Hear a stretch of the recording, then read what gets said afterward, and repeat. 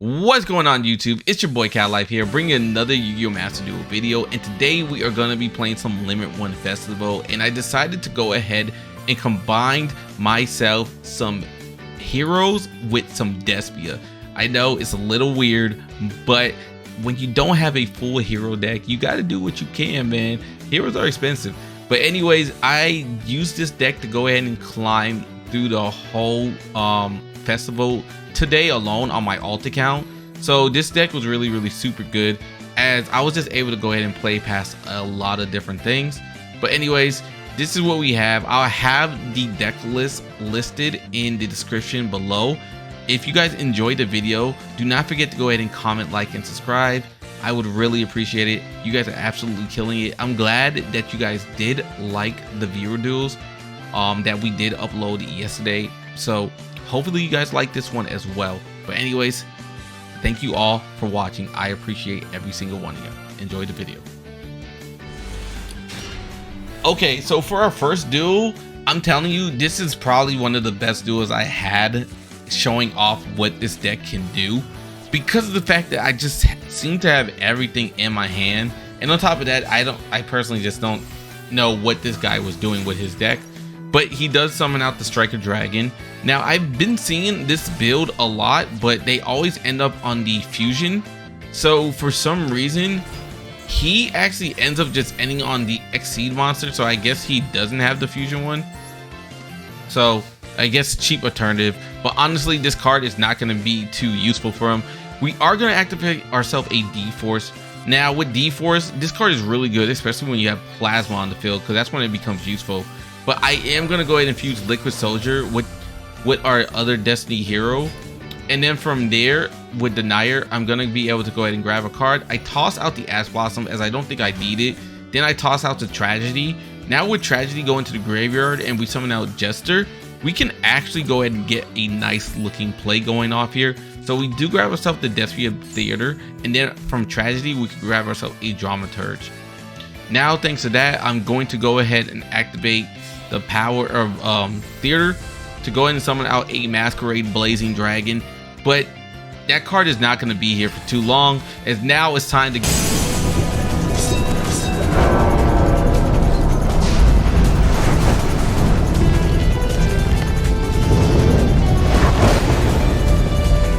get rid of every card on the field to summon out the one and only Plasma. Now, if you didn't know, this card is super good, because now with the power of Plasma right on the field, your opponent cannot draw during the draw phase, and then your opponent cannot target cards you control card effects. And then on top of that, each Destiny Hero Plasma you control gains 100 attack for each card in the graveyard, each monster, and can make a second attack.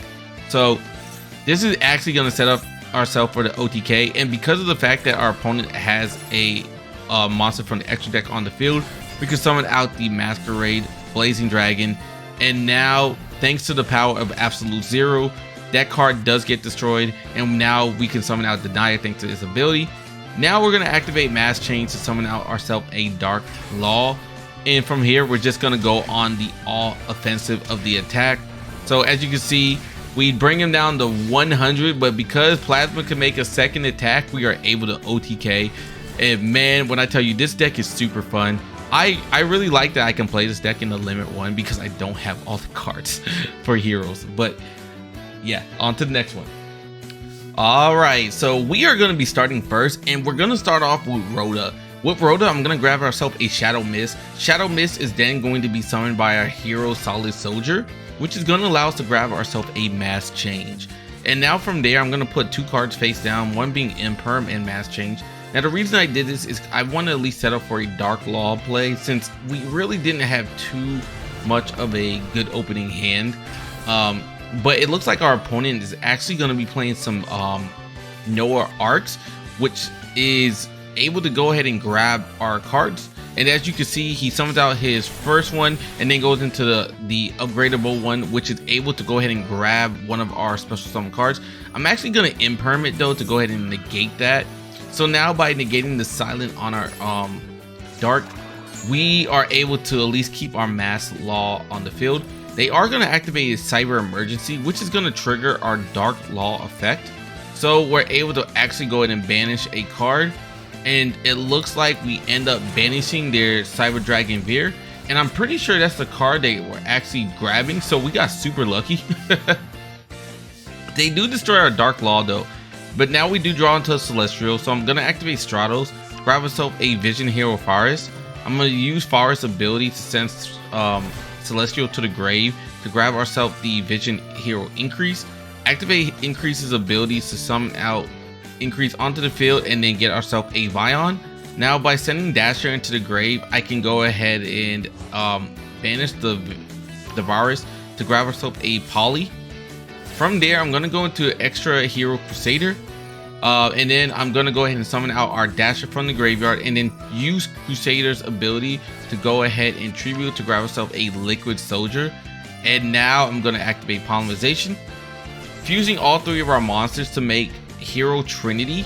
And now with Hero Trinity, I can attack up to the number of cards that I use, and because of the fact that they have 2 cards on the field, I can still go ahead and do something with this, even though I can't attack directly. So that's the only thing about Trinity. But at the end of the day, we are still able to summon out a Hero the Shining, so I do get some monsters onto the field. Now my one mistake was when I summoned out Stratos, I thought his ability would activate again, but apparently I missed the timing for it.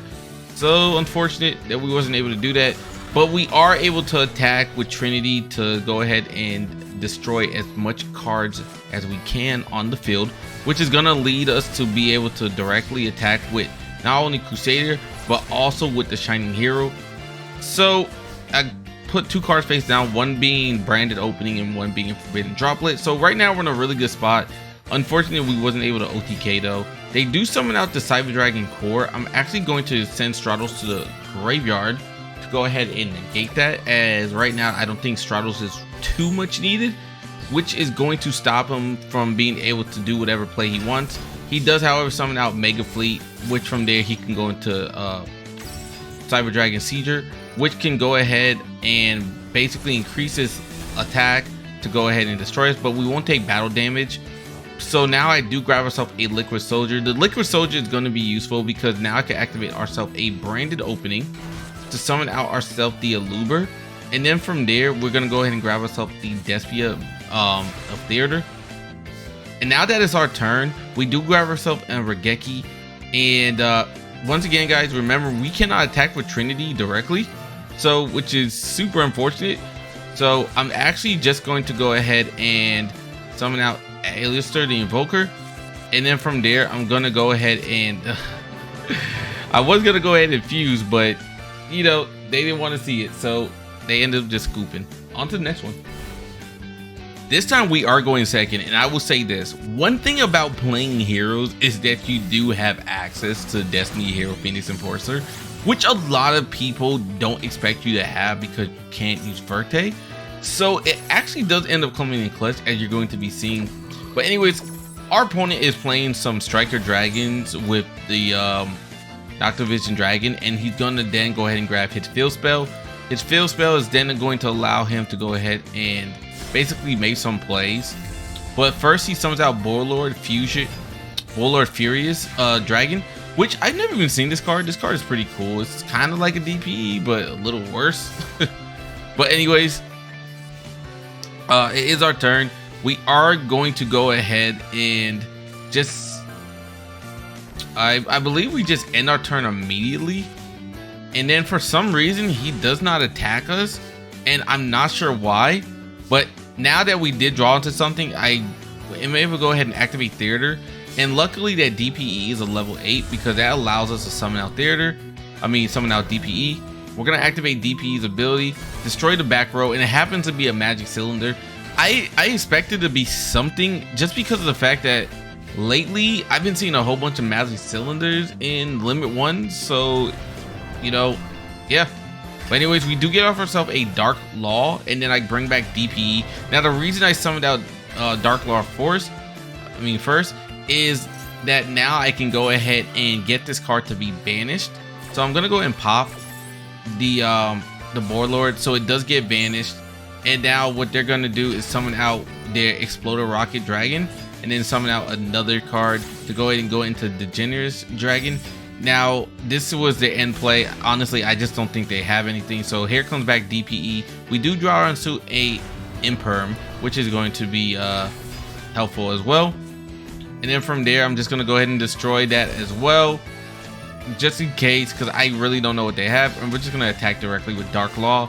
So unfortunate, we aren't able to OTK in like most hero decks, but we as someone that's playing budget heroes, I think we're doing pretty well for ourselves. So we do destroy 2 of the his field spell, and then he's gonna activate his quick launch. Quick launch is gonna allow him to special summon 1 monster from his deck, but thanks to Ash, we're actually going to negate that. So now with the quick launch negated, DPE is gonna be coming back onto our next standby phase. They are gonna hit us with the lightning storm, but to be honest with you, like, there's nothing else that this person could do. We do draw into a forbidden droplet, so now we have a droplet, we have a D-Force, we still have Celestial in the graveyard, which we're going to activate to draw 2 cards, which we get into a Liquid Soldier. We're going to summon out Stratos, get ourselves a Faris, activate the D-Force, and then we are going to grab ourselves a Plasma. And now I'm going to go ahead and get rid of the Liquid Soldier, summon out the Faris, and I'm just going to go ahead and attack. And at this point, if I wanted to, I could have just went into Plasma and they wasn't going to be able to do much anyways. So GG's, on to the next one. Let me know how you guys are enjoying this video. Alright, so this is going to be our last video of the day, and we are going to be going against a Illustrated Invoker with Invocation. I'm actually shocked they didn't go into Artemis, but it looks like they summoned out the El Shadow Construct. And then from there, they're going to now summon out Gravity Soldier, because they want to go ahead and get the card they're about to toss into the graveyard, which is going to be the Schism. That way they can go ahead and summon out Winda. So Schism goes into graveyard. Here comes the Gravity Controller. And then from here, the Shadow Construct is going to activate its ability to bring himself a spell or trap from the grave, which is going to be Schism. So obviously we know what card that is face down. So now I had to figure out how to deal with that. Luckily, we do get ourselves a Magical Meltdown. So I get ourselves the Invoker of ourself, activate Invoker. At this point in real time, guys, they took forever to make a decision of what to do. But now they finally were able to, like, all right, we might as well summon out Winda. So as you can see, Winda is going to come. Now, usually Winda would be an issue for me, but because of the fact that I can just go ahead and attack over it with one of our special summons, is going to be amazing. So I'm going to fuse Dasher and Liquid Soldier to make ourselves a absolute 0. And then I'm going to activate Liquid Soldier's ability. I do get ourselves a favorite hero. Shout out to Peru for providing me with this card, because this card is actually goated. Now I'm going to equip the Branded Theater, and then I'm going to go and activate favorite hero's ability and then attack again. Now, because this card is here, we can't destroy it, unfortunate. But what we can do is now go into our Masquerade Blazing Dragon, because Winda's off the field. And then I can use Tragedy and Dramaturge to go and activate their effects. So now I can grab ourselves a Aluber of Jester, and then I can summon out Dramaturge onto the field. Now with Dramaturge on the field, anytime he special summons a card from the extra deck, I can just go ahead and basically negate that, which is going to be really, really helpful, because they are playing an extra deck type of build anyways. So here comes the Schism once again, and I was wondering what they were going to summon, and it looks like they summoned Apocalypse. And now with that, they're able to banish our card thanks to Schism's ability. I mean, not banish, just send a card to the graveyard, because Schism has a second ability. So if you summon a card of that attribute, you can send 1 card to the grave.